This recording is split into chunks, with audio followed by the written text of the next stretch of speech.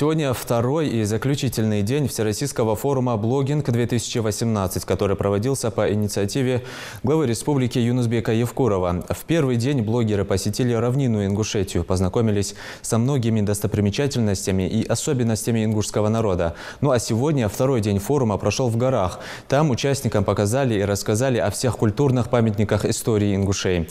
Репортаж Индиры Манкиевой.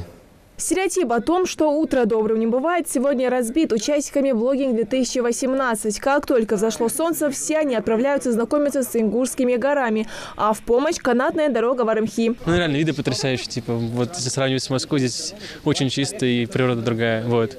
Ощущение, типа, как будто к бабушке в деревню приехал. Очень красивый вид, вот, особенно вот на Столовую гору.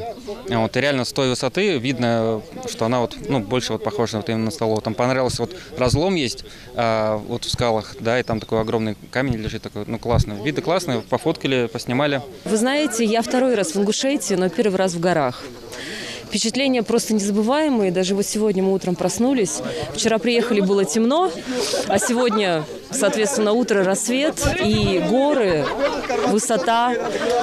Ну, просто восторг переполняет. Тем более первый раз на канатной дороге прокатиться. Сегодня, в принципе, я впервые увидел именно ваши горы, потому что мы ночью ехали по этим горным серпантинам, и, слава богу, мы не видели, какие там резкие обрывы. Только сегодня утром все это узнали, насколько опасные участки мы преодолевали. Честно говоря, горы просто великолепные. Я летом еще ни разу не был в горах. Я там был в Домбае зимой на горнолыжном курорте, тоже снимал, тоже делал репортаж. Но сейчас я впервые вижу горы именно летом. Замечательно просто. Места просто чудесные. Ну а пока кто-то никак не может насладиться прекрасным весенним горным воздухом, кто-то уже вовсю работает. Здесь как раз уместно выражение «на войне все средства хороши». Вот и молодой блогер решил воспользоваться подручными средствами для того, чтобы записать респондента. А мы, проявив журналистскую солидарность, охотно поделились своим микрофоном. За ответ микрофон.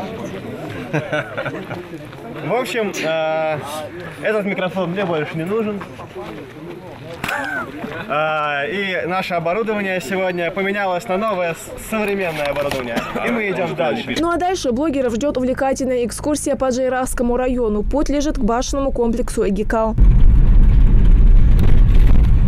Одно из самых отдаленных сельских поселений Гули чуть ли не с наименьшим количеством жителей. Село является достопримечательностью района. Кажется, что даже воздух пропитан прошлым, признаются блогеры, и никак не хотят уезжать. Виды, которые открываются из окон машин, просто завораживают наших гостей. Многие из них ни разу не видели Кавказские горы так близко. Уже по дороге блогеры думают над тем, какие планы и в каком ракурсе снять, чтобы как можно лучше передать своим интернет-зрителям ту красоту, которую они видят сами. Просто можно сверху, грубо говоря, мы там все внизу стоим, можно сверху прям красиво кашу.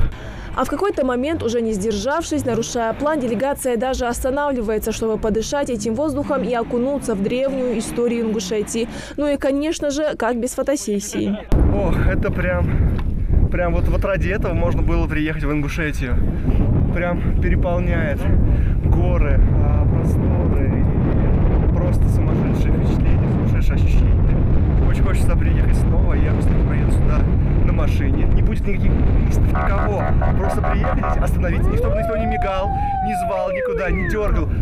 Просто чтобы время остановилось. Сесть, и чтобы все остановилось. Вот. Да. Спасибо большое. Обязательно. Пусть остановится время именно здесь и сейчас. Гостей знакомят с национальной кухней, и, судя по всему, пришлась она им по душе. Пока все заняты поеданием чапельгаш, Иван Лашманов никак не может насладиться горным видом. В республике он впервые и приехал с особой миссией. И признается, как только доберется до дома, сразу же обратно, но уже вместе с женой. Я дизайнер-модельер, экс-Суваров, да.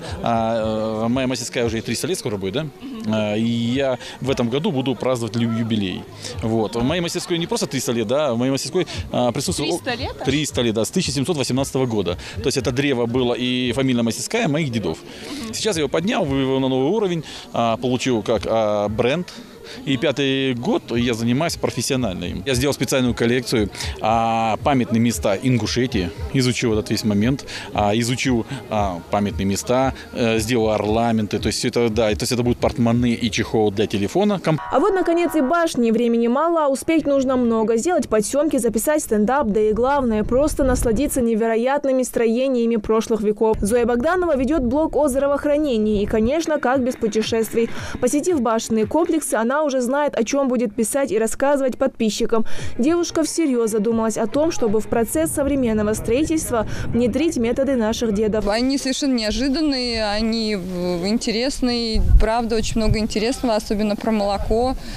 Про то, что, оказывается, для того, чтобы найти место, нужно было налить молоко и ждать, что оно не впитается. Про то, что, оказывается, несмотря на то, что они из разных пород их взвешивали, и по весу они все одинаковые. И очень меня удивило, что строили с учетом ветров, местности, дождей, и поэтому они простояли столько лет. Вот это, конечно, удивительно. Мне кажется, что современные строители могли бы использовать эти секреты, и современные здания стояли бы намного дольше. Вот такой совет.